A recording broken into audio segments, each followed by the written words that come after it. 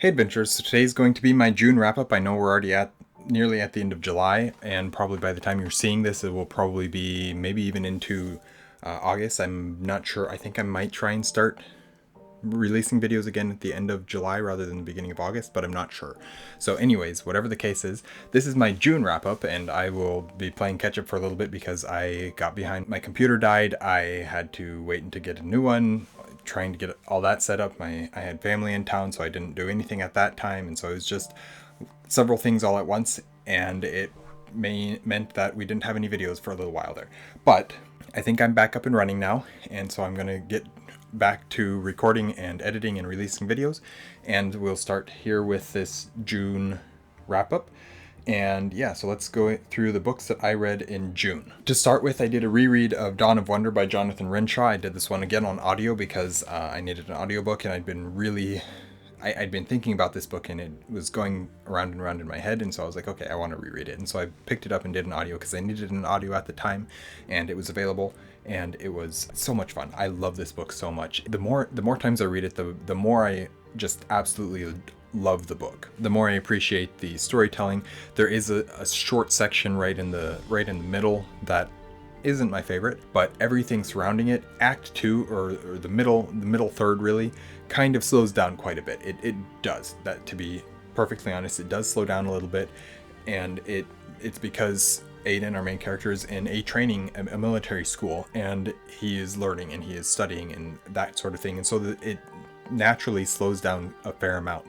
But that's interesting. Even the way that Renshaw tells that portion of the story, I find really interesting still.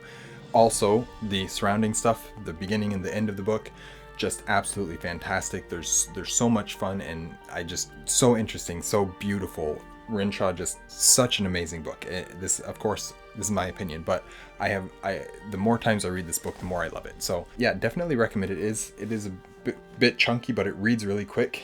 And even though our main character is younger, I think 12 or no, he's 13 at the beginning of the book, I think it is, and so he's a young lead, but it's still a fairly mature book in a lot of ways, and it deals with some very hard topics at times. So yeah, very much recommend this one, and I have talked about it. I have several videos on it, so I will point you to those rather than continue rambling here like I already have for way too long. The next book that I read in June is The Merry Adventures of Robin Hood by Howard Pyle. This is one that I've read several times, at least one other time, and the last time I read it, it was for school, and so naturally it was kind of just, I read it and I put it aside. I enjoyed it at the time, but not a ton, and I don't remember a ton about it. I went back and listened to this one and had a very fun time with it. This is classic Robin Hood. This is Howard Pyle is kind of known for compiling the myths and the legends of these characters. He did one for King Arthur, at least one for King Arthur as well, and then he did this Robin Hood one, and so it's very much a compilation of various tales about this character, and it's so much fun. He does such a great job, and there's so many different, basically a collection of short stories that tells this very, I mean it's titled The Merry Adventures of Robin Hood, and that's an apt title because they are going on adventures, and they're just, that merry is the perfect adjective to describe all the things that go on in this book. And yes, it is hard. Yes, it is sad at times, but it's so much fun and it's so good. And I will have a full review of this once I get to it quite a ways down the line at this point. The next one that I started reading, I actually DNF'd this one. I don't DNF very often unless a book just is not working for me, or I'm more likely to DNF a series than I am a book. But this is one where I started it and I was like, oh, I'm very interested in this one. I went into it and I very quickly was like, no, I'm not enjoying this. I'll keep listening because I have it on audiobook, and I can listen to it on double speed, and usually I can just plow through things that way, even if I'm not super enjoying them. But that was not the case with this one. I really did not enjoy this book at all. I ended up DNFing it at about 45%, so it was a decent chunk of the way in. I'm not sure if it was exactly 45%, but I ended up DNFing it, and I was like, no, this is not working for me at all. And I've realized now that I haven't told you what the book is. That is The Left Hand of Darkness by Ursula K. Le Guin. And so part of the reason why I wanted to read this book so much was because I loved her Earthsea books. I adored her Earthsea books. I thought they were fantastic, and there's so much fun stuff in them, and I want to go back and reread them even. And so I was like, oh, well, Le Guin is also known for her sci-fi, and so I want to go back and read some of her sci-fi. Left Hand of Darkness did not work for me, and I am not sure that I will try any of her other sci-fi because I'm scared that Earthsea is going to be the only thing from her that I like. I'm sure I will try something else from her at some point, but Earthsea, I'll stick with my love for Earthsea and move on because unfortunately Left Hand of Darkness did not work for me at all. Next one that I read is The October Country by Ray Bradbury. And once again, Bradbury is incredible and just a fantastic author. This one is very good.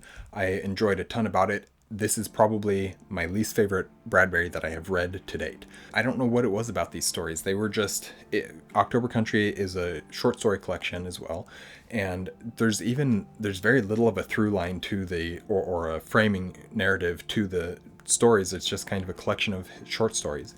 And that's fine. I don't have any problem with that. I did enjoy it. Don't get me wrong. I did enjoy it quite a bit, but it's my least favorite of the Bradburys I've read so far. And once I get to my review of this, I'll discuss more about why that is.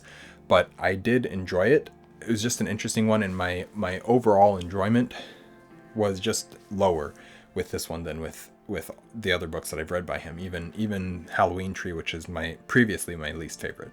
So still good, still great. Absolutely going to be continuing with Bradbury, like one of my favorite authors at this point. But this one just didn't quite hit as high as the other ones had, and that sounds very negative, but the fact is I still really enjoyed the book, and I haven't really told much about it because it's a collection of short stories. It's hard to describe what a collection of short stories is about when you are talking about a collection of short stories instead of an individual story. It does center around themes of death, and I think what's the phrase that I use? I think I wrote it down as existential strangeness, and those two things kind of combine it to make some really interesting, very atmospheric stories. Bradbury's great at that, and I did really enjoy it. But I'll talk more about that when I get to my review. Next one that I listened to, and I could have read this one physically, except that I don't read things physically because I'm too slow at it, but I have had these ones since 2018, I think it was, and I've wanted to read them for a very long time, and I just haven't done it, but I'm glad that I finally did start listening to them, and that is Aftermath by Chuck Wendig. This is a Star Wars novel. This is basically, it takes place during the aftermath of the fall of the Empire, aftermath of the Battle of Endor and the destruction of the second Death Star and the death of Emperor Palpatine and Darth Vader, and so it's kind of the New Republic dealing with that. And that's a really interesting timeline, and I feel like Wendig does a decent job at exploring that timeline. I don't feel like his writing fits Star Wars very well. I feel like he's a good storyteller, and the story that he's telling is a great Star Wars story, but it doesn't, his writing isn't wonderful for the IP. But I still enjoyed a lot about it. I'll have more to say on it when I get there, because I do feel like Wendig somehow, what was the book that I saw this with recently? Oh, it's Age of Legends. It's the Michael J. Sullivan books. I feel like there's so much massive stuff going on, and the authors try to take this massive story and ground us in it by following these very specific characters. And I feel like the way that they do it just doesn't quite work, which is really weird and really interesting how that can be possible. But overall, I did enjoy Aftermath. Overall, it's not my favorite Star Wars novel I've ever read. I think that might be Kenobi by John Jackson Miller. Kenobi is definitely up there. Thrawn was good, not as good as Kenobi. But Aftermath was decent. Pretty good, actually. A really solid book. It helped to flesh out a lot of the Star Wars, of the Disney era Star Wars after the fall of the Empire, and there's some good storytelling in here, and I appreciate that. I do have the other two books physically, and I do plan on continuing this series a little bit quicker than some of these other ones. I need to also get back to the Thrawn trilogy, by the Disney Thrawn trilogy, because the original Heir to the Empire trilogy is not technically canon anymore. Anyways, I do want to read that at some point as well, but now I'm rambling again. It's obvious to me that I haven't filmed in a long time because I keep rambling. But the next book that I listened to was A Memory of Light by Robert Jordan and Brandon Sanderson. This is the final book in the Wheel of Time series.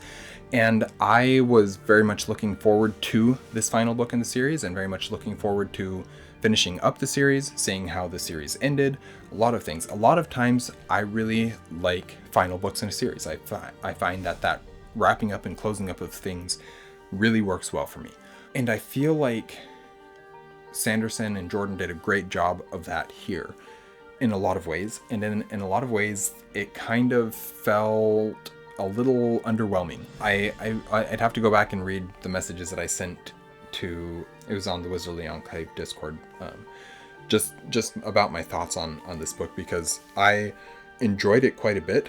It's not nearly as good as it could have been or should have been, and it's not as good as, it's not one of the best books in the series. I still think the first book in the series is probably my favorite book, with, was it 6?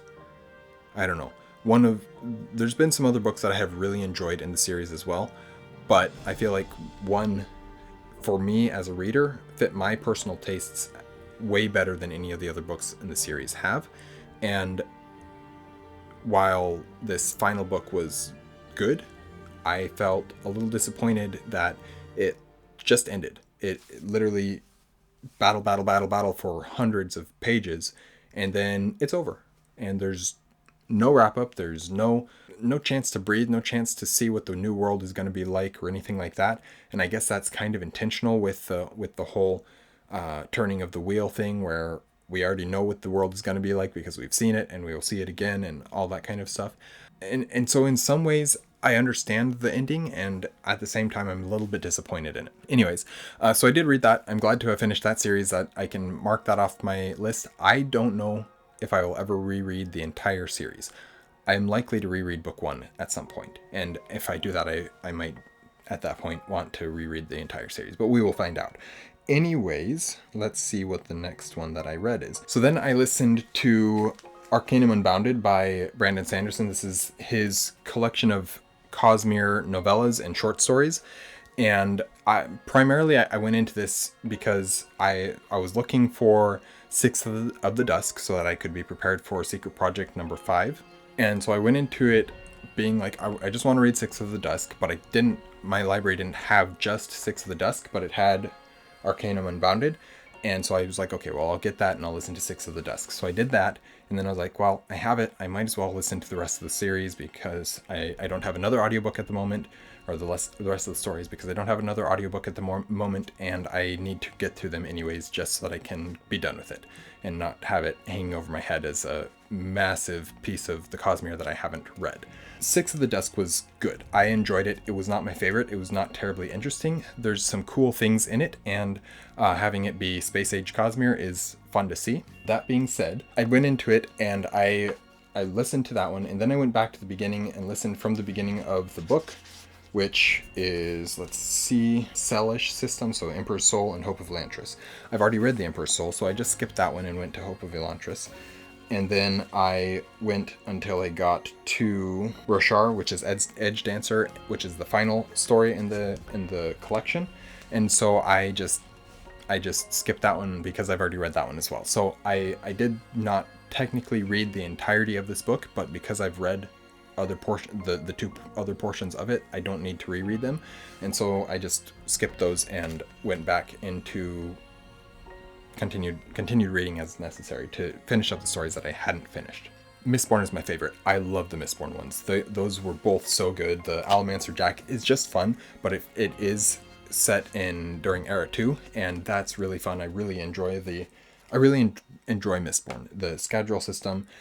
The more I think back on it, the more Mistborn is my favorite piece of the Cosmere. That was my introduction, and I know I do think The Way of Kings is probably my favorite book in the Cosmere, but as a whole, Mistborn, Era 1 and Era 2, the final book of Era 2 is kind of has a little bit of, I have problems with the final book of Era 2, but even with that, I still feel like Era 2 is a really fun series, and overall Mistborn is just fantastic, whereas Stormlight is not as fantastic at this point. I'm quite a bit disappointed in that. Anyways, I am talking too long. White Sand was fun to read and experience that world. for Silence in the Forest of Hell was interesting because I see how it fits into the rest of the Cosmere now. That's kind of one of the great things about this. Six of the Dusk, same thing. One of the great things about reading this is I understand how it fits into the Cosmere, and I'm starting to understand all the Cosmere connections. It's taken me a long time, and I haven't done the research into the Cosmere in the way that a lot of people have. I haven't tried to understand them. I have just taken them as they come, and as I understand, and as I see them. But having read through Arcanum Unbounded, I feel like I understand the Cosmere as a whole a lot better. So yeah, it's good. I enjoyed those quite a bit, and yeah, I will continue on. One thing I will say before I move on from that, though, the last thing I read from Sanderson was Legion. And when I started Legion, I was like, I do not want to read any more Sanderson at the moment. I burnt out on Sanderson. And I felt kind of the same way on Arcanum Unbounded. Legion, I read it and I enjoyed it, but then I went to Arcanum Unbounded and I felt the same way. Six of the Dusk was just like, okay, I'm still kind of burnt out on Sanderson. And then I got to the Scadrial ones and I'm like, okay, I love these. These are so much fun. I'm enjoying them so much. And so I think it's just the rest of Sanderson's works that aren't Mistborn related that I don't love as much. I do love them, and I think there's a lot of really good stuff that he does, but I just feel like Mistborn was kind of written for me as a reader more than some of the other books have been. But anyways, Sunrise on the Reaping.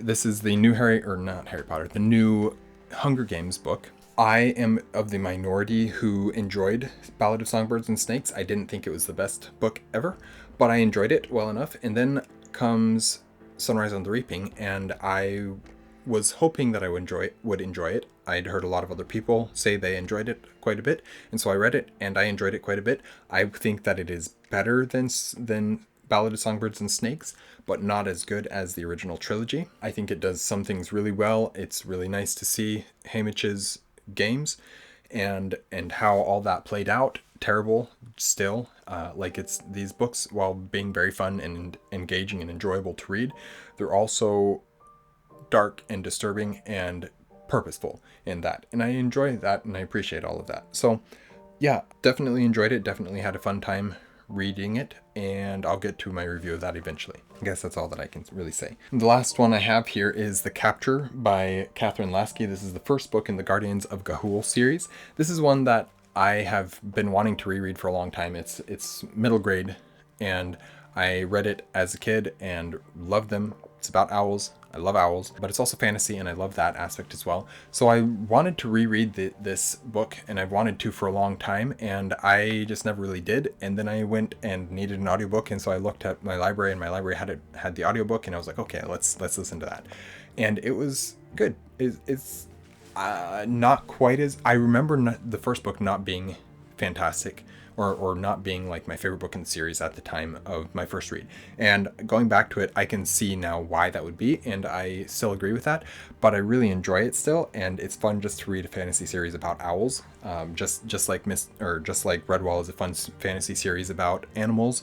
I have a lot of fun and a lot of good memories with these books. The characters are very young and whiny. I'm not sure that I loved the narrator for the audiobooks, but she did do a decent job. But that's kind of a personal taste thing.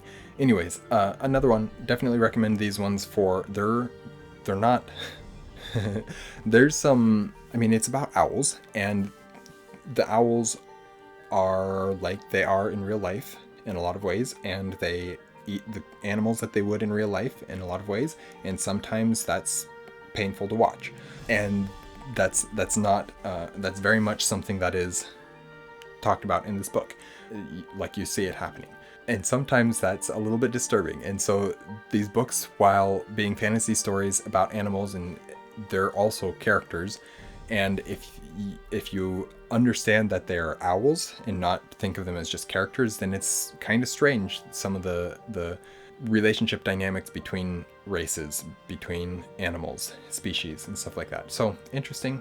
Yeah, it's kind of interesting, but it is also a fun series. So I do recommend these to middle grade to young adult readers, but probably if you're a parent thinking about these for your kids, read the first one first and see if your kid is old enough to read them, which I would recommend with any book, by the way. But yeah, fun. I love these books. I love owls. I don't have anything more to say at the moment. I'll do a review of this because Why not?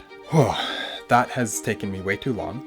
I am clearly out of practice. I need to stop rambling. Thank you guys for watching an Erudite adventure. That is my wrap up for the month of June 2025.